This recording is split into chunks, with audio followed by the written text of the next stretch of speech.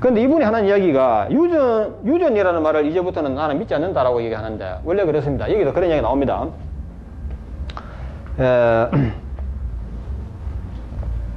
이 유전 하지 않습니까?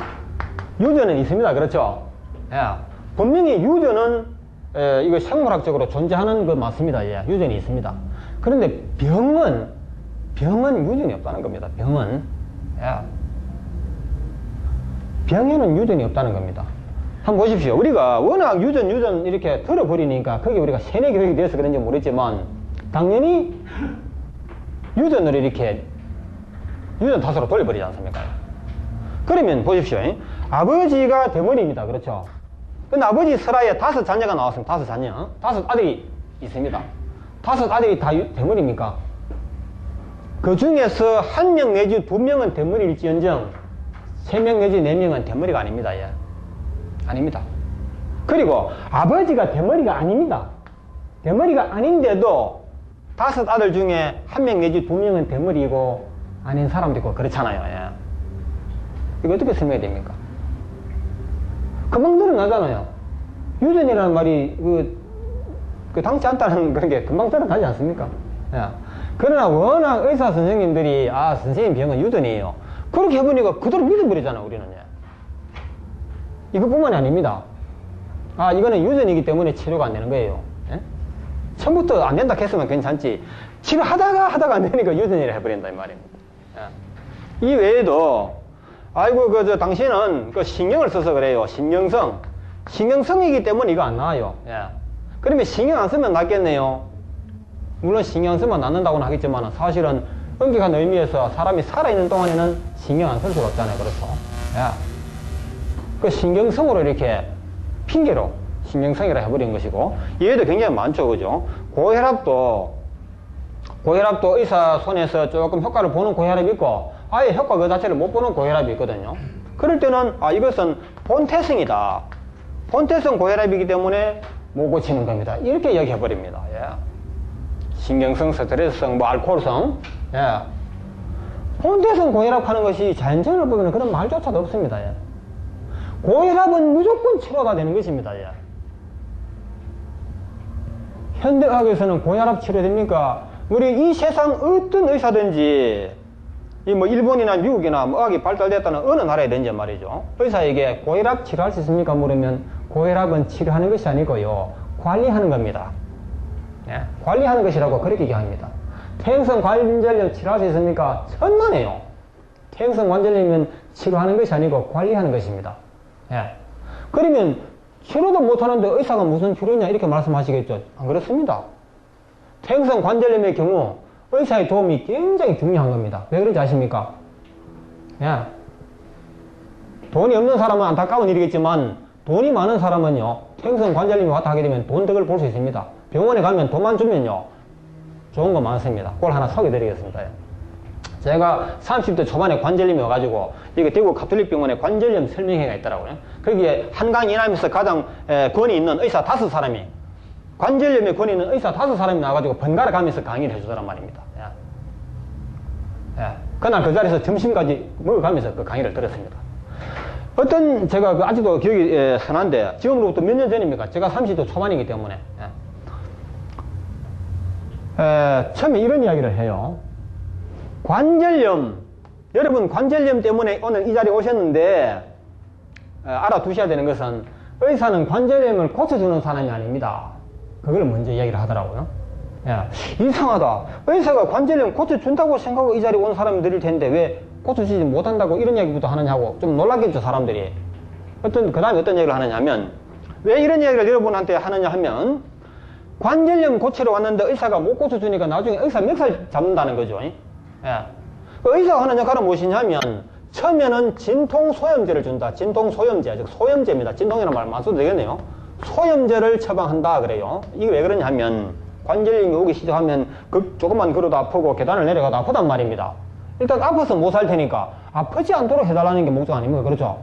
그래서 이 소염제를 주게 되면 그걸 먹고 나면 말이죠, 아픈 게 덜하죠. 많이 덜하죠. 이렇게 해서 한 몇 년 동안 이 소염제로 이렇게 때웁니다. 자, 그러면 이걸로 가지고 계속 되느냐? 이게 관절염이 더 악화가 되게 되면 소염제로는 안 되는 단계가 온다는 거죠. 그때는 언제냐 하면 무릎 사이에 있는 이 연골, 그렇죠? 위에 뼈와 아래 뼈, 그렇죠? 이 연골이 따라가 가지고 위에 뼈와 아래 뼈가 마주치게 되면, 맞추는 상태에서 움직이게 되면 뼈에 그 가루가 일어난답니다. 예. 가루가 일어나 가지고 이 사이에 가루가 끼게 되면 이때는 소염제를 먹어도 소용이 없다는 겁니다. 예. 이 단계에서는 어떻게 해야 되느냐 하면 수술밖에는 방법이 없다는 거죠. 예. 수술은 여러 가지 방법이 있습니다. 첫째는 부서진 부스러기 뼈를 다 씻어내는 방법, 그렇죠? 예. 다 썰어내는 방법. 그것도 안 된다고 판단될 때는 이 연골을 인공연골로 바꾸는 거죠. 예. 인공연골이라 합니까? 예. 이렇게 해서 또 몇 년 또 때우는 겁니다. 예.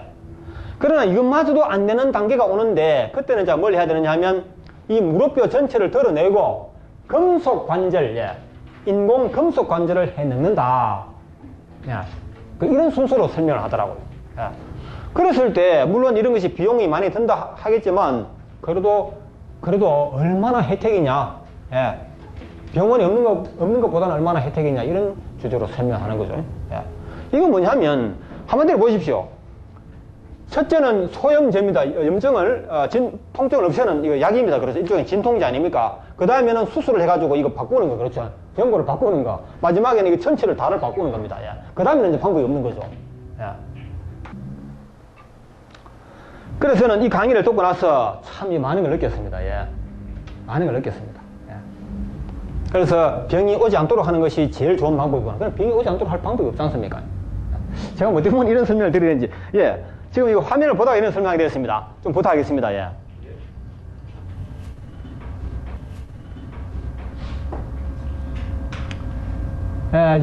이 동영상 하나하나 보면서 말씀을 드리려면 이거 참 너무나 끝이 없습니다. 없고 하나만 더 보겠습니다. 이거 참 많은 것 중에 하나 보겠습니다. 약사입니다.